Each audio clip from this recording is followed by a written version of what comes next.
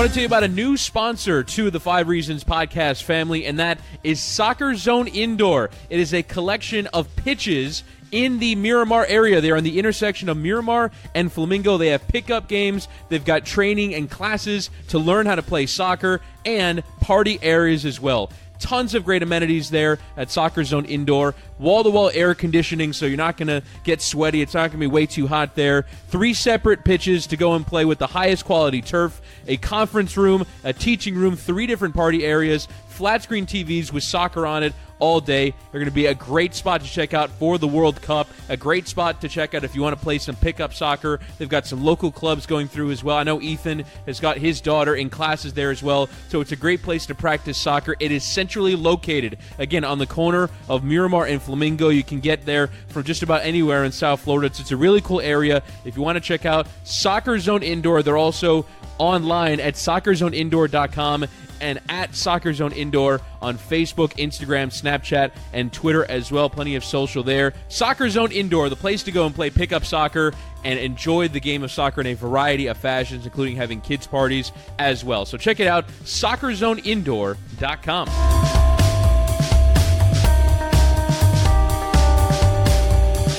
Welcome into the latest episode of the 5 Reasons podcast. I'm Ethan Skolnick here, as always, with Chris Whittingham. Now that you've downloaded the podcast, we want to suggest that you subscribe. You'll get access to all the previous episodes. You'll get every new episode as soon as it posts, and your subscriptions help us grow. Also, if you found our podcast, be sure to find in all of the same places the other podcasts in our network. That's 3 Yards Per Carry on the Miami Dolphins, Miami Heat Beat, Pitch Invasion, which my co-host here, Chris Whittingham, runs. Obviously, they'll be going heavily throughout the World Cup. And then Ballscast, sort of like the crazy cousin in our network, which just got named one of the 10 best podcasts in Miami by Miami New Times. So check those out. We will have announcements on new podcasts that are joining the network in July and beyond. All right, this is what I call LeBron Week. And I dealt with this twice, Joe Vardon. Once was 2010 when you were still covering politics, correct? You were not covering sports at that time, right? I had just really gotten into politics. That was during the Ohio governor's race that year. Right. So you were not a sports guy in 2010. When I go back to it, what I always think of is that day of LeBron's decision and just waiting for it to happen and getting all these crazy reports. I was actually working for the Sun-Sentinel at the time, and we had gotten this scoop that the Heat had taken out an ad in the Sun-Sentinel with all 3 guys, with LeBron, Bosh, and Wade together. This was on the day of the decision. So we thought this was some great giveaway, that LeBron was definitely coming to the Heat, and they pulled the ad at the last second, so we didn't know what to think. He ends up coming to Miami.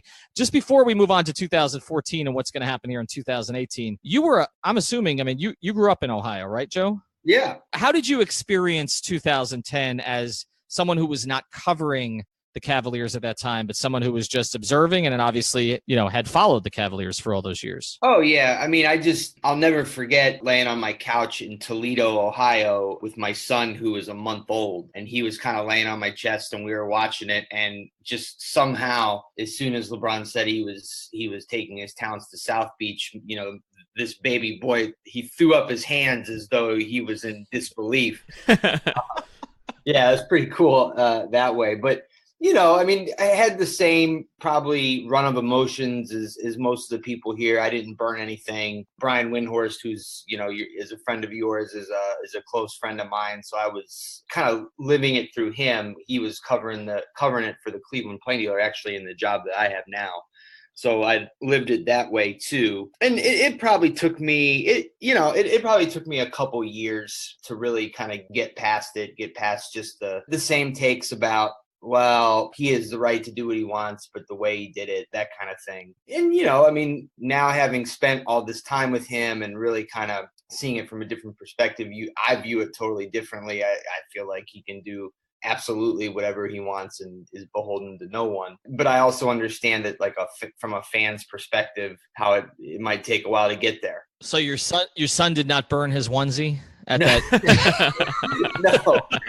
No. But my wife told him, the other day mentioned to him that there's a chance he may leave, and he kind of got a really big look on his face, like, no way. You know what's actually interesting is that we were talking about this, a lot of the hosts in our network over the weekend, and we were basically kind of saying how everyone criticized LeBron James, and it became this kind of scarlet letter that he did this TV show announcing where he was going to go. And then I remember, obviously it drew big ratings at the time, but I didn't realize how big they were. The portion in which he actually announced that he was going to Miami on the television broadcast on ESPN was seen by 13.1 million people. And in terms of in Cleveland, of the people that were watching television at the time, 39% were watching the decision. So it was a show-stopping event that everyone wanted to see and gathered around their televisions to watch because they all wanted to know where LeBron was going. And so it's kind of incredible to me that it's kind of been looked at this way when that TV special was like outrated conference finals games. Like everyone wants to know where he's going to go. And I imagine you, Joe, kind of covering all this stuff, are kind of bombarded by interesting questions. Where's he going to go? Where's he going to go? And he can kind of provide the answer in whatever means he desires, like you said. Yeah, and I mean, the three of us have all kind of come up in the same or similar paths in this job. And so, you're either on deadline or you're covering something and you've got people texting you that are just your friends. Like they're not in this business at all. Just at the worst times. Like, hey, where's LeBron going? And it's like, give me a break. Joe, I can't tell you how many texts I got when Ray Allen hit the shot. As I was we'd already blown deadline, and I was already writing a column about how this thing had fallen apart again, and the Heat had blown it. I mean, the column was done. I'm furiously trying to rewrite. I'm waiting for a text from my boss, and it must have been 15 friends texting like, holy bleep, did you see what he just did? I'm sitting on press row. I saw what he just did, barely, but my eyes were buried in my computer. I think a lot of people don't understand that. I mean, to get to Chris's point on this, and we'll get into this a little bit more over the course of the pod, in 2014, I had sort of a similar experience to you in 2010, Joe, because we were waiting for my daughter to be born while this was all going on during that summer. And I wish he had a special, to be honest. Like I was like, the decision was much better than what played out in 2014, which was all this innuendo. I remember Chris Sheridan's report, all the other reports that were out there, and then it just pops on a morning in Sports Illustrated. And I guess my question for you before we move on to sort of the meat of the pod, I've seen some reports, Joe, that he's just going to put it out on Uninterrupted. Do you think that's a possibility? Because if I were them, that's what I would do this time. I mean, I had conversations with Anna Mendelsohn about why they did what they did in 2014 and going to Sports Illustrated, that, they saw how Sports Illustrated had handled Jason Collins, and they sort of like that format of the first person essay and sort of bringing Sports Illustrated back to prominence. But do you think Uninterrupted makes sense for him because it is his platform? He can say whatever it is he wants. Yeah, I think it does. I mean, I do think that there are a couple of writers on the Cleveland beat, and myself being one of them, that have developed a good enough relationship with him where if he wanted to kind of go the Lee Jenkins route again, he could. But it does make sense. I think it makes sense for him to totally control his message.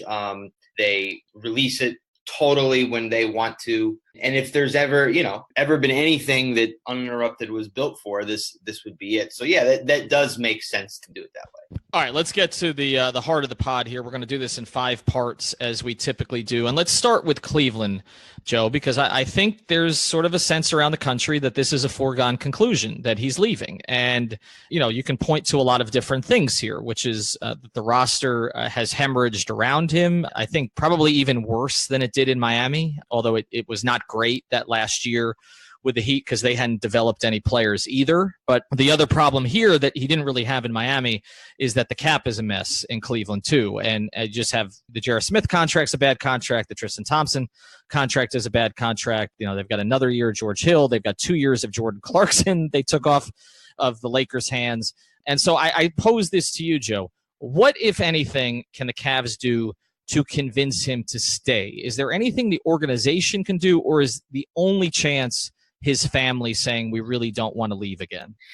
Well, I think it's kind of somewhere. Now, I was going to say that it's somewhere in the middle, and that's not right. But what I would say is I don't think that there is, quote, anything the Cavs can do.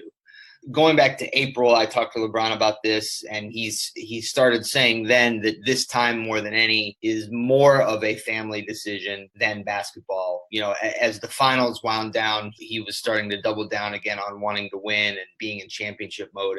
But I don't think the Cavs can necessarily do anything that, quote, convinces him to stay. But I also think that while the family issue is a major consideration, and we guess that bodes well for Cleveland, I think that there are some basketball things that happen in the league, or that will happen in the league, that could push him back this way. I think that we both know him well enough to know that he wouldn't leave just to leave. If he's going to go, he knows then that he is kind of attaching to himself this idea that he must win again. So he's going to have to go somewhere where he knows that he's got a real shot to do that. So I think that's the first thing. And then when you start looking at the realistic possibilities, and everyone keeps talking about the Lakers, which in a lot of ways could make sense, but the team that he would want to go to there does not exist yet. They don't have that other marquee player or those other two marquee players yet. And I would be shocked if LeBron is the first domino to fall there. So, for instance, if these reports are true that Paul George is going back to the Oklahoma City Thunder on a one-on-one, that the Spurs just aren't going to trade Kawhi Leonard, I don't see how LeBron then goes there, because he's got no chance to beat the Warriors there.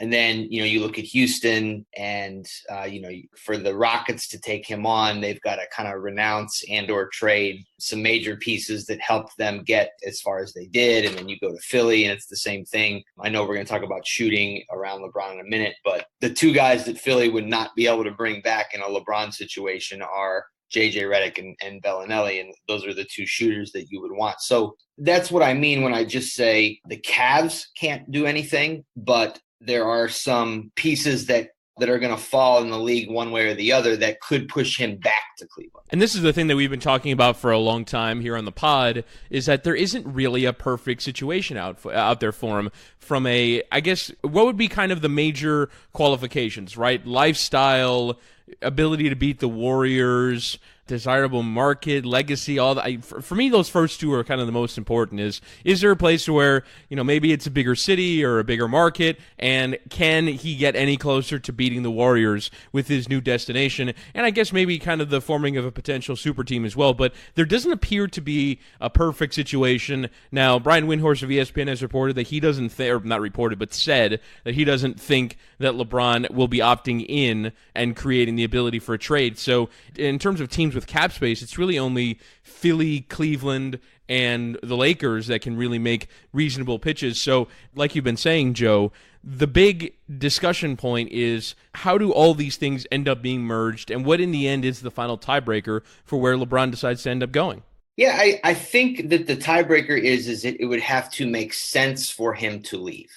I believe that his relationship or lack thereof with Dan Gilbert is overblown, if only because they didn't have a, quote, good relationship when LeBron came home. Like, Dan's not why he came back.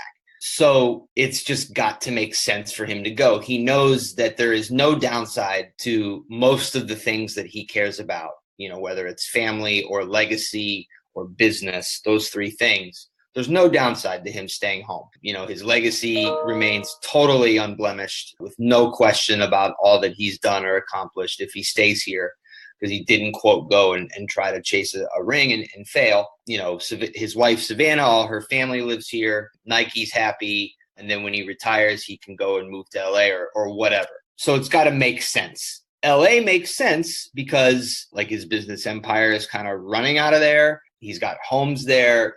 They love Southern California.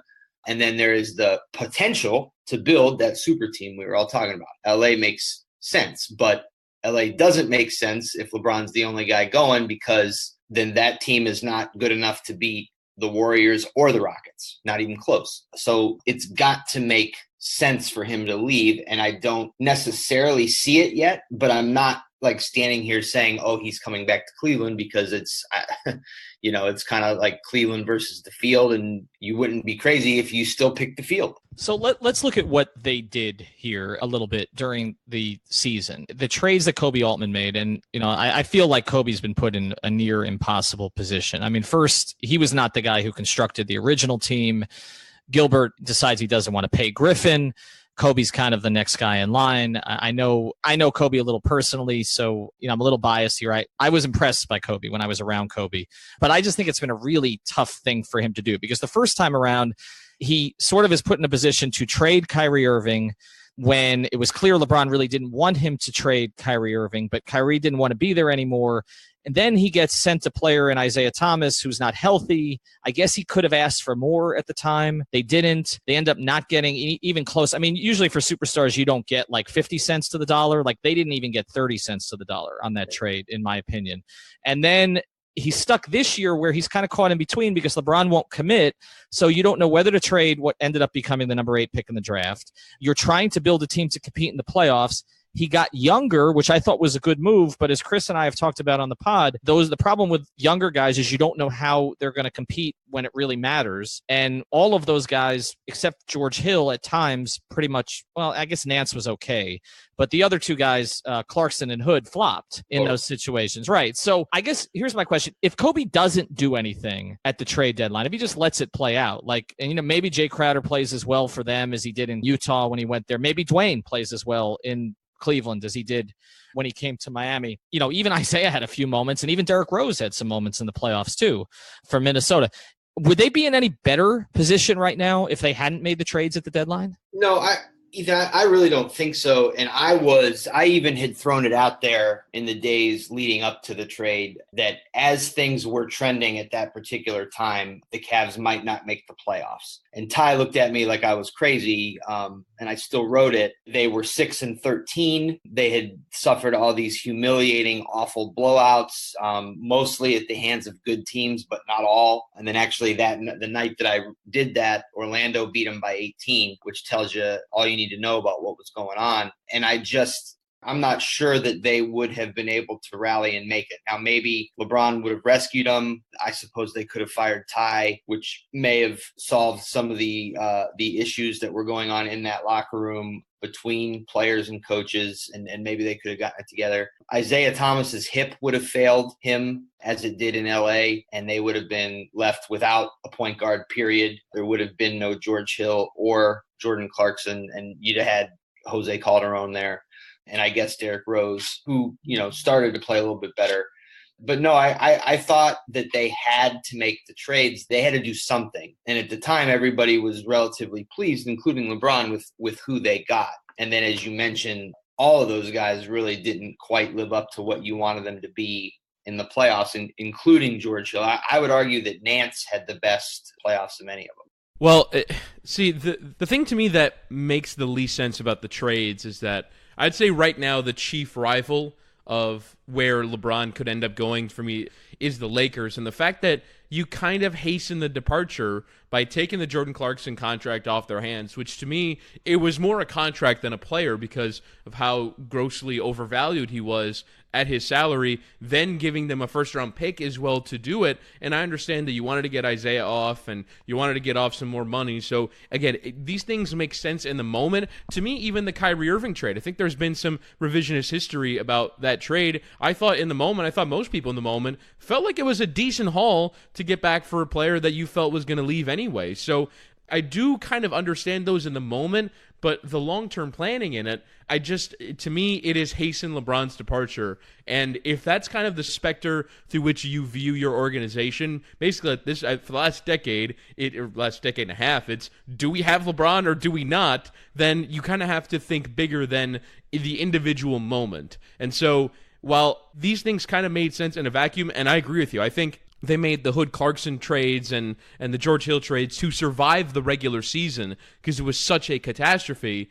they still do have to think bigger. And I think in the broader context, the Kyrie Irving trade failed in a bigger context. And I think these trades that they made midseason have basically, for me, hastened his ability to go and leave. All right, let's move on to part two here. And I want to look at the roster as a whole. We've touched on some of this with the Kyrie trade because that certainly played into it. But again, a big issue here is some of the contracts they have on the books LeBron pushed for. And I know when people talk about him having no help there, the one difference that I see, and we did a pod on this, the one difference that I see in his situation in Miami in the last year and his situation in Cleveland in the last year is that he wasn't at fault for the way that the personnel hemorrhaged around him in Miami. That was not his doing. Like the Heat made a decision to amnesty Mike Miller, which, LeBron, there's been some revisionist history about that one too, but LeBron wasn't happy about it at the time.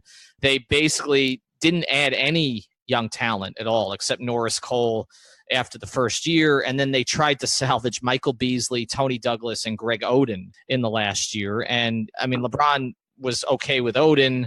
He pushed for Eddie Curry early on, but the Heat didn't let him, right? I mean, that's the big difference here, Joe. Like the Heat did not let him dictate contracts or anything like that. No, Riley and Harrison decided what they were going to do and they did it.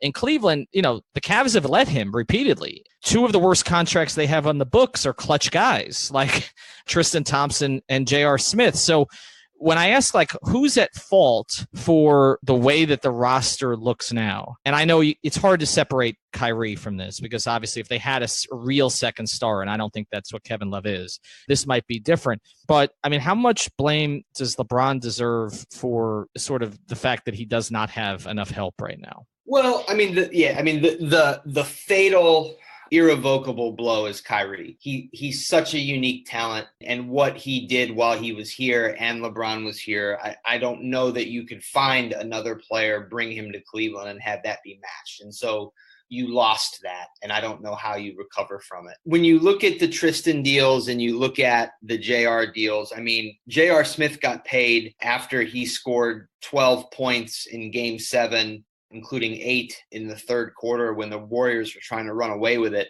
turn the game. And so, yes, it lasted all the way until the end of training camp. But at the end of the day, the Cavs were so strapped salary cap wise then they couldn't have gotten anybody remotely like JR, not only for the money they paid him, but even for what the salary cap would allow. So, yes, you can blame LeBron for, at some level, for just being in the building when two of the guys that are represented by Rich are up for these contracts. But I think it is more nuanced than that. It's more nuanced by the salary cap situation they were in with 3 players with gigantic contracts in LeBron, Kevin Love, and Kyrie Irving, which kind of limit what you can do from a salary cap perspective. You get to the finals in 2015, so you want to bring everybody back. You want to bring Kevin Love back, which they did. They gave him a gigantic contract. They brought Iman Shumpert back. He was one of their most important players. And again, you have to do that because when you're over the cap, you can only pay the guys you already have. Like you can't say, oh, well, JR he's going to be 30 years old and he's kind of a wacko. We're paying him X. Let's go out and find somebody else to pay and that we can pay for that money. That's not how it works. It's either you pay JR what he wants or you don't fill that space. And I think this is kind of what Miami ran into as well, is just this is the price of doing business with LeBron. To me, the thing that sticks out from both the Cleveland last 4 years and the Miami Big Three is that the original intention of how it was supposed to look, which was LeBron plus Kyrie plus Love and LeBron plus Wade plus Bosh, is that by the end, one of those 3 guys either didn't live up to expectation in Love's case or was starting to break down in Wade's case. And it felt like even with the fact that they had 3 guys under big salaries and then eventually down to 2, that you just weren't getting enough value out of the entire roster and that you were just kind of looking around going, well, where are we going to find another sort of way to make a leap forward. And that for me is the thing with this Cleveland roster right now, is that their way out of their current situation does not appear readily obvious. Now, you mentioned there the cap space. They can get off George Hill because he's on a non-guaranteed contract, and it can look okay in a year. But right now, what is their way out of their current predicament, which is now, you mentioned kind of getting through Boston. I think that looks a lot harder going into this year. If Philly makes another leap forward, that looks harder. So I don't see a room to improvement in the next year for LeBron, and I feel like as much as he can say, all right, in 2019 it'll look like this, at a certain point he does have to consider his own mortality and his own ability to really go for prime LeBron year after year after year. He's going to be entering his 16th season in the league, and even understanding he is a superhuman that does not break down, it has to break down at some point. And so I would just be curious what his mindset is there with, can he really afford to take that holistic approach with Cleveland, or does he just have to go now and say, all right, where is the best team available to me at this moment in time? Well, yes. I think everything, Chris, that you said, I think everything is right on the money. Based on the conversations that I have had with the people close to him, they are at least aware of the following. Yes, he eventually has this mortality, and that if you were going to break down somewhere, it's safer to break down here for all the reasons we talked about at the top of the podcast. You know, if you stay home, or you didn't kind of like hire yourself out to the chase, right? And, you know, LeBron turns an ankle, or he's just not the same, and this roster fails him or whatever.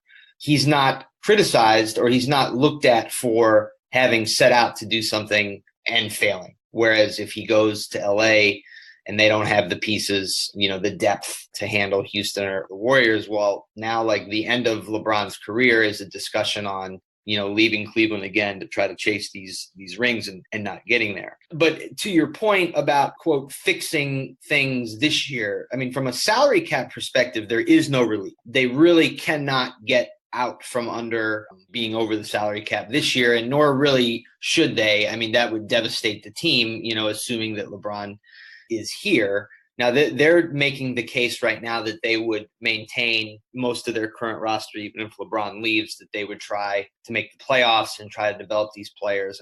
But what they do have a trade exception from the Kyrie deal worth nearly $6 million. And with the cap kind of holding flat, so that number is more valuable than it used to be. They also are going to have a taxpayer mid-level exception to the cap, which is worth about $5.2 million. Again, same thing. That is more valuable maybe than it used to be. So you can find some role players that can help you. They had one with Dwayne. I really think Dwayne would have helped them. Not win it all, but win a game or two. So these kinds of players are out there. They can get them in. And just, you know, I mean, this is true at some level too, that it's almost impossible to bring a team together in February and hope they do anything in the playoffs. And this team went to the finals. So you can make the case that just having another year together with some of the guys they've brought in, LeBron, Kevin, you know, you throw Sexton in there, and maybe you use these 2 salary cap provisions that I've been talking about, and you make yourself a little better. And what you're comparing that to, guys, is that better than Destination X? Like, do you have more of a chance to get to the finals and beat the Warriors in Destination X than you did here? And LeBron already saw that on a team that was too young and didn't have all the right pieces, they still got there. A word from one of our new sponsors. That sponsor is miss-inc.com. That's miss-inc.com. They are social media problem solvers. They do social media marketing and content writing. We are using them right now. They've been in business for 10 years, and they believe in a personal, customized approach to marketing. So they only represent businesses that are serious about taking their visibility to the next level. Social media marketing requires much more than just a blog or profiles on a website like Facebook or Twitter. It takes a smart strategy and a daily interactive focus. Miss Inc. has been leveraging social media for Miami businesses since 2008. They don't believe in cookie cutter strategies or in boxing your business in with others in your industry. Here's how you check them out. Go to miss-inc.com or call 305-537-6465.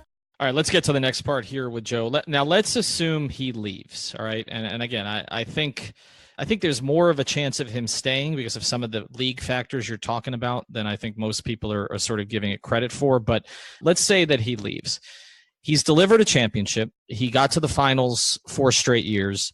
He gave his absolute all 99% of the time. I mean, we can talk a little bit about him checking out some at the end of this series and why he hasn't worn the one of the guys in our network, Joe, noticed that he has not worn that splint on his hand since that press conference. Have you seen him photographed with that splint other than that one particular presser? Because that's the only time that I've seen it. No, no. I think he's been icing and taking Advil. I think he's good to go. Okay, all right. So he's given just about everything to Cleveland. You obviously, you're from Ohio. You know the area. You love the area. I spent a year around downtown and saw how it picked up when he came back. So what does this do? Let's start with the community first and then work back to the organization. If he leaves, what is the reaction this time? I mean, I assume we're not going to get burned jerseys again, but how are they going to evaluate his 4 years here? And who are they? And when I say they, I mean the hardcore Cavs fan. Who are they going to blame? Boy, the beauty about podcasts is you can take short answers and make them as long as you want. I thought for most of this year, I kind of felt like LeBron, or maybe his people, but more so LeBron, were kind of overestimating his the ability that he would have to leave without any black marks on his record. I never thought it would be like 2010, but I did think there would be some blowback. And for the most part, my mind has been changed to that. Just kind of gauging fan reactions through stuff that we've done on cleveland.com with fan videos and polling and that sort of thing. And it feels like if he leaves, there is a much, much greater sense of appreciation for all the things that he's done, whether it's the winning in 2016, the 4 straight finals. This is an era of basketball that will never be touched in Cleveland. And if he stays, maybe it continues for a couple more years. Maybe it doesn't, but whatever. We'll never see anything quite like this again. And so he's appreciated for that. I also think that there is a much greater sort of sense of appreciation for what he's done in the community, whether it's through his foundation in Akron and sort of this real mission to improve education for inner city kids, or if it's just sort of the business impact, which we can talk about. So I don't think that I think that it'll be much easier for him to leave. I do think he would have to choose his words carefully. He would have to make sure that he does this in a way that does not offend the fans who have come to the point where they feel like they're okay with him leaving. Do something to make sure he remains connected to them. If he doesn't, then I think it turns. I do think that, when you talk about blame, I don't know. I mean, Dan and LeBron have been kind of jockeying for position on this all year in the event that LeBron does leave. And LeBron probably has done a better job of putting Dan in the spot of trading Kyrie and I don't have help and look at what I had to do and all that. And then there's also the argument of, well, listen, Dan has spent more money than anyone over the last 4 years to put this team together. And as you mentioned, some of these contracts are LeBron's friends. It didn't work out, and so that's kind of on you, LeBron. And then there's the part which we haven't really talked about yet, which is the whole NBA changed on July 4th, 2016, when Kevin Durant chose the Golden State Warriors. And so far, zero people in the NBA have figured out a real answer for this. You can make an argument that the Rockets were closest because that series was so close, but no one's figured it out. And that, more than anything, is what ruined the Cavs' chance at a dynasty, because taking an MVP and adding it to a team that already has an MVP and 2 other All-Stars is just absurd. It's never been done in the league.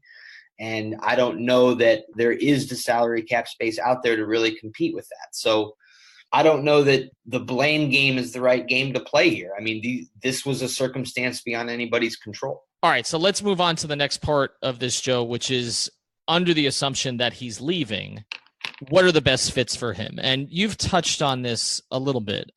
It's pretty well known from a basketball standpoint that LeBron likes playing with shooters more than anything. His best lineups in Miami, often were without Dwayne Wade on the floor. They were with guys like Shane Battier and James Jones and Mike Miller and Mario Chalmers, guys who could space for him, allow him to dictate the action. I know that's been the case a lot in Cleveland also with some of his numbers when he played with Kyle Korver and some of the other shooters that he had out there on the perimeter. And so this is what Chris got at a little bit earlier about how there's no real perfect fit for him right now. Now, the case that Rick Bucher made when he was on our podcast was he felt LA made the most sense for LeBron for this reason. He said in both of the previous situations that he's moved, he was able to kind of construct the team from scratch. With coming to Miami, with Wade already here, but Riley had cleaned out the rest of the roster, brings in Bosh. They signed Mike Miller, who was a good fit for him. Then over the next 2 years, they add Battier and Allen, who also were good fits for him. So really, they were constructing that from the ground floor. And then Cleveland, where you had Kyrie, you had Dion, who you felt was movable if you had to be. You draft Wiggins, but you can move him for Kevin Love. They had Tristan Thompson, who was a young piece who was not expensive at that point. And so to that end, LA, in Rick's view, made the most sense because LA can, if they move Randall, maybe they move Ball. They still have Ingram potentially if they don't move him for someone like Kawhi, assuming that San Antonio even allowed that to happen. So LeBron can kind of build it from scratch. He can't really build it from scratch in Houston, as you mentioned, and Philadelphia, which has kind of been my pick here all along. The case that's made against that is that one of your two best players there is a guy who cannot play off the ball. So just from a basketball fit, before we get into lifestyle, which of the situations makes the most sense to you? Well, I think of all the teams and all the pieces that everybody has and what could realistically happen from a salary cap perspective, I would probably make the case that player-wise, the best fit would be San Antonio. I like what they have there at point guard with Murray, and then Patty Mills is under contract as a good backup. LeBron's actually good when he plays with capable bigs, which of course you have in LaMarcus Aldridge there. Danny Green, who's already coming back, is a spot up shooter. Maybe Manu comes back. And so I think that team probably had the most pieces. I think the toughest fit there in San Antonio, there's an irony to it, which is LeBron stops at nothing to praise Popovich, and Popovich does the same. And I think the two of them would kill each other. Just because of Pop's insistence on playing within a system. And for the last 4 years, the system LeBron has played in is his system. If you think about how LeBron plays now, the player you need, kinds of players that you need around him, if you're going to play the way LeBron plays, is you need other guys who can take their man off the dribble and create for themselves, or players comfortable of standing and waiting for the ball to come to them and make shots. Kyrie Irving was fantastic at that. He was probably the perfect complement player to LeBron. Kevin Love has kind of learned how to do it. Kevin's given up a lot of his game. I totally agree with you. He's not the actual second star caliber, but he is an all-star. And he's sort of learned how to wait for his shot. And they try to feed him, but otherwise, if you're a player that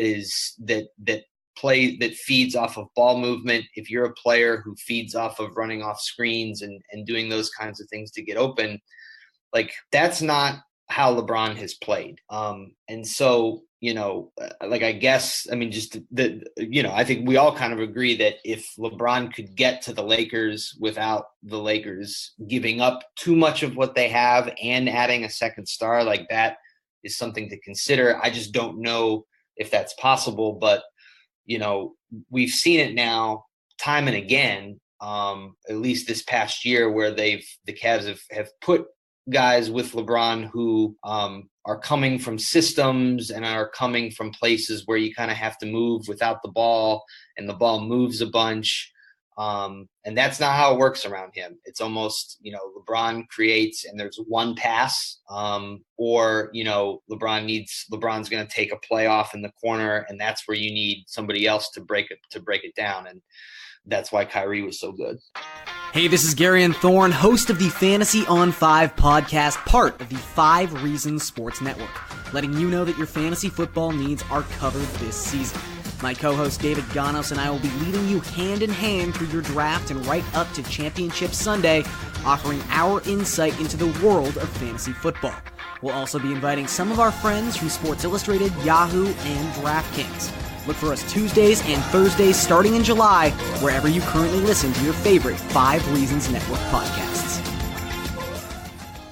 Let's look at some of the other players he could potentially play with. And as you said, with the cap situation in Cleveland, it's almost impossible to get any of them there. So it would have to be somewhere else. So let me give you 3 or 4 names, and you tell me how it would fit. Because we look at the Dwayne Wade situation in Miami. Like, Chris Bosh was a perfect fit next to LeBron. Like, that never got talked about enough. Like, Chris, especially with the way that Chris got out of the paint and went out to the three-point line, like, he did all the things that I think people have been wanting Kevin Love to do, and I don't think Kevin Love has done them as consistently as Chris Bosh did.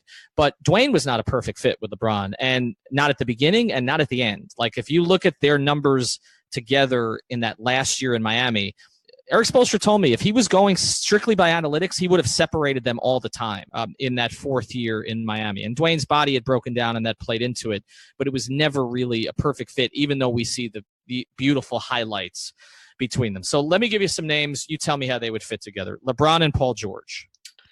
Well, assuming that LeBron is okay with going into with kind of playing the 4, I think they would be that would be an interesting fit, a good fit, and I would base that off of how LeBron and Jeff Green played together and their numbers at both ends of the court. Jeff and Paul George have similar body types, but obviously Paul George is the much better player. So pairing LeBron and his skill set with someone who is that tall, that long, that fast, who can do things on his own the way that Paul George can, I think that would be a formidable twosome. Kawhi Leonard. I mean, I think it's the same idea. I think that Kawhi would benefit more playing with LeBron than Paul George would. I think for Paul George, it would be more of an adjustment. I think Kawhi would appreciate being able to focus more on the defensive end and finding his offensive opportunities when LeBron sort of allows it. I'm not sure what LeBron would think of playing with Kawhi. I just, there's some, not to get too far off track here, because it's an answer to your question, but in between games 3 and 4 of the finals, LeBron, as he was talking about the kinds of players it takes to beat the Warriors, and he was talking about basketball minds. That's the comment everybody's been focusing on. But there's something else he said about there are players in this league that just don't want to do this, that don't want to play in games where every possession matters. And I've always wondered who he meant by that. And, if Paul George ends up in Oklahoma City instead of joining him, then I don't know if that's what he meant. And then you look at Kawhi with this whole thing with his injury all year. I don't know. I don't know. Like LeBron's looking for a certain kind of player who thrives under pressure. And I don't know. I don't know if those two guys are counting there or not. I mean, I guess we'll have to see if this actually comes together. Now, one of the other fits, there's actually 2 of them. We'll get to one here. If he goes to Philly, then Simmons and Embiid has been one that's been talked about a lot. Embiid makes sense, even though there's a spacing issue, but Embiid can play a bit further from the rim. But Simmons in particular is the one that I think a lot of people, if he wanted to go there, would be most kind of concerned about. How do you think 2 playmaking, ball dominant guard, basically big guards, how do you think they fit together? Yeah, man, that's a tough one. Because Simmons is not anywhere near the shooter yet, right? Like not even close to kind of be able to play point guard and succeed with LeBron. I mean, that, because especially over the last 4 years, when you are on the floor with LeBron and you're the point guard, you're only the point guard part of the time. LeBron wants to dribble the ball. LeBron wants to make assists. And again, it's the kind of the one pass assist we're talking about. And Simmons' game is not there yet. And so they would really have to figure that out. That's why like Kemba or Kyrie or like a point guard like that fits in, because they are so good offensively. They can play the two. That's just like that. That's why I wonder about the Philly fit. Like, you love their talent. You love how good and young Simmons and Embiid are and some of the other parts they have on the roster. But I think it's a tough fit for LeBron and Ben Simmons right now. All right, last one, and then we're going to get to your prediction in part 5 here. James Harden. And I'll throw Chris Paul in there because I'm assuming if LeBron goes to Houston that they're going to make a decision to keep Chris Paul and let Capella walk, which I don't know for the long-term health of the franchise is the best thing, but obviously they would try to accommodate LeBron, and LeBron would be going there in large part because Chris Paul is already there. How do you think LeBron and Harden would fit together? Because I've always kind of sensed, and I sensed this the first year that he was back in Cleveland, there's a little edge between the two of them. I remember there was a great game in Houston that first year, and there was some Twitter trash talk with the Houston Rockets account and other things like that. I've never sensed sort of a warmness between the two of them. Has that changed, and how do you think the two of them would play together? Yeah, I mean, I've never certainly sensed any kind of real connection between the two of them. And you can kind of run through the players in the league that LeBron does feel that with, and Harden certainly isn't one of them. LeBron absolutely respects his game, and I actually think that they would. I think on the floor, I think that'd be really good. I think that'd be really good. I would like Chris Paul in that situation. And then they have, Eric Gordon and PJ Tucker under contract as well. But then you're right, like you wouldn't see Capella, you wouldn't see almost anybody else. And even still, from a salary cap situation, I don't know that there's enough room to do this that way. But I think LeBron and Harden, simply put, I think those two would be really good. All right, so let's get to the prediction here, part 5. I don't want to make any enemies for you up where you live, so we'll throw this out at the very beginning. What would you put the chances of him staying in Cleveland? Well, I think, guys, if you've listened to this whole podcast, you would say that I'm coming from it that I believe LeBron is staying, and I don't necessarily believe that. I'm trying to keep all options open. I think that, maybe you and I agree. I'm not sure about you, Chris, but that we agree that there is more room for LeBron to stay than maybe people nationally would give. I would look at this as a plurality right now. Like maybe there's a 40% chance that LeBron stays in Cleveland and a 60% chance that he doesn't. But among the places that he's going, like no place has a larger percentage chance than Cleveland, maybe. It's hard for me to do the numbers, but it's, you see it. Like the Cavs don't appear to be in the market of dramatically changing their team, which, you kind of felt like they would have to do to keep him if this were a basketball thing. But then you look and you don't see any destination that makes perfect sense. And to that end, what surprised me, Joe, when the numbers came out this week was I saw Bovada's numbers, and the Lakers are a runaway favorite. Like it's not even. The odds are better that he'll go there than that they're not at this point. Even taking the rest of the field, much better that he'll go there. Why do you think that is? Is that because a couple of things have happened that to me would make it less likely. LA apparently has been shut down in terms of going after Kawhi.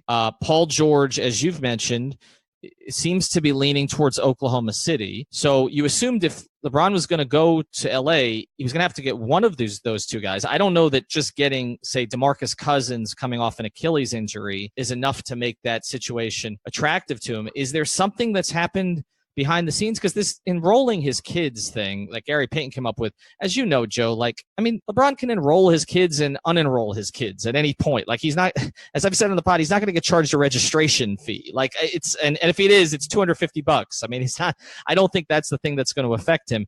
What do you think has happened over the past week that the odds would swing that violently? Because LA was not that kind of favorite before.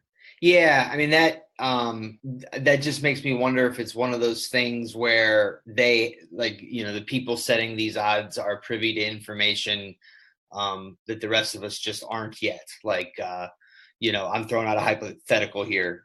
So please don't anyone take this and run with it as news. But like, what if Mike Mancias bought a house in LA recently, or the Lakers are about to announce that he's their new head trainer or something like that? Like to me, that's what it would be, because I just don't see anything from a basketball perspective that has happened yet that suggests that LeBron is going to the Lakers. But I don't know. I mean, you look at it. I mean, Rich Paul already owns a house out there. So, if Vegas just found out about that, then they're late to the game. Maverick, of course, already has a house out there. So that's no big deal. So I don't know. The Sted School thing is goofy. I mean, Junior's going into 8th grade, so he wouldn't be playing for these people anyway next year, which makes that rumor totally ridiculous. But yeah, it would have to be. I guess it would have to be something that we haven't heard yet. Yeah. See, the thing to me when considering Cleveland is I do feel like with LeBron, the last 10 years, once things kind of reach their logical conclusion, it really does feel like, to me, staying is off the table. And it's just really about where is the most obvious destination. I think in 2010, a lot of people would have said maybe Cleveland finished second, but it just kind of always felt like he was going to go. And in 2014, we can now say he was always going to go. There was no signing that Pat Riley could have pulled off. There was no last thing that Pat Riley could have said. LeBron was always leaving. And so I think at this point, when with the lack of commitment, with the radio silence that he goes now with, I don't think it would look more obvious, like it has been the last 3 or 4 years, that he was going to stay if he was actually staying. And so I think now the question is just where to. And while maybe in 2010 you wouldn't have said there was an obvious destination to go win the championship, obviously the big three was on the table, but I think a lot of people didn't really foresee that coming. In 2014, I don't think a lot of people could have foreseen, even after the Dan Gilbert plane thing leaked, like, wait, really, he's going to go back and work for Dan Gilbert again? Like, I don't think a lot of people saw that coming at the moment, but it does feel like his time in Cleveland, his second time in Cleveland, has reached its logical conclusion. So as much as I do think Cleveland, a comeback to Cleveland is maybe on the cards, my greater assumption is once this thing looks like it's going to end, it ends. And so I think his time in Cleveland has come to an end, and now we just kind of wait to see where he ends up going next. There's certainly been times, especially towards the end of the finals, where it felt that way. Like this thing had just kind of run its course. I guess what no rational person could really say is that they couldn't say that there's an obvious landing place for him based on the things that he has said he is looking for. And so it'll be interesting to see how that place materializes, whether it's which free agent teams with him, or if he leaves to go to a different city, like how he explains how that place is best for his family. Obviously, there's more of a case there from the LA perspective, but that's the thing is here we are, and you're looking for like, well, where's the destination then, just based off of what it is that he said previously. Yeah, and that's a good way to close, because I think what you said earlier, Joe, kind of sums this thing up, which is that the Kevin Durant thing has thrown this whole thing out of whack. Because the idea that a player still playing at the level that LeBron James is playing at, and you can make an argument, I wouldn't, because I still think his 12-13 season was his best season, but you can make an argument this was his best season, or certainly close to it, and that he is not enough to beat Golden State unless he has a legitimate superstar next to him at this stage, and a third player who's pretty close to a legitimate superstar. I think just tells you kind of what's happened to the league since Durant went to Golden State. It's so tilted at this stage that even the best player of his generation does not have a good option to go to beat that team. And I don't know if that's good for the league, bad for the league. We've discussed it on here. He obviously can't go to Golden State. because that would look terrible. But it just tells you where we are as a league, and I'll be curious how it goes. Joe, we appreciate you taking the time. I know what this next couple weeks is going to be like for you because I've been through it twice, and I don't wish it on anyone. So I don't know how you want to handle it. Mute Twitter, what you want to do. I mean, everybody's going to have a report. I mean, you mentioned, we talked about the schools thing. I remember the day that the cars were moved from LeBron's house in Miami, and it was okay. Then his people were coming out. Oh, he moves his cars every year. Yeah, but he doesn't move all of them. I mean, this is the kind of stuff that's going to be happening over the next week and a half. So I just hope he makes it painless for you. Yes. And I hope for your sake and Lloyd's sake and McMenamin's sake that he goes to the beat guys this time, because I wish he'd done that in 2014. But right. Good luck to you on that, because I know how that plays out. But thanks, Joe, for taking the time. That was fun, guys. Thanks for having me.